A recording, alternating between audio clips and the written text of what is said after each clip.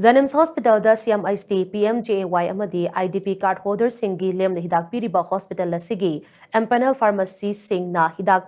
pikibagi bill sing athubada pithok pidrabadi lakliba tang kuntaretagi nauna hospital asida lakpa patient singda hidak piba lepnaba waref lawre haina CMIST PMJAY Janims Hospital gi empanel pharmacy union na mari leinaba singda khangalakli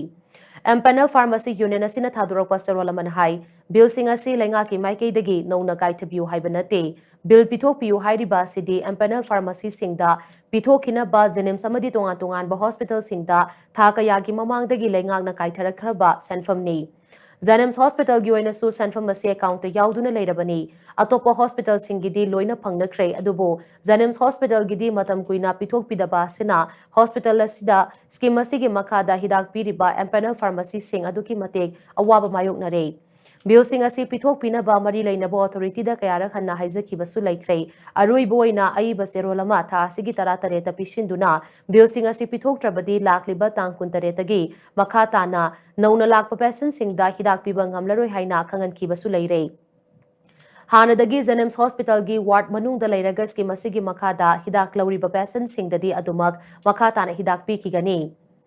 Warebasi kanagumba mataga natraga authority amaga singnaraga lobanate supnagi matam kuina bill sing asi pithok pidana leibadagi warebasi lawkhibani haina su zerola sina makhatari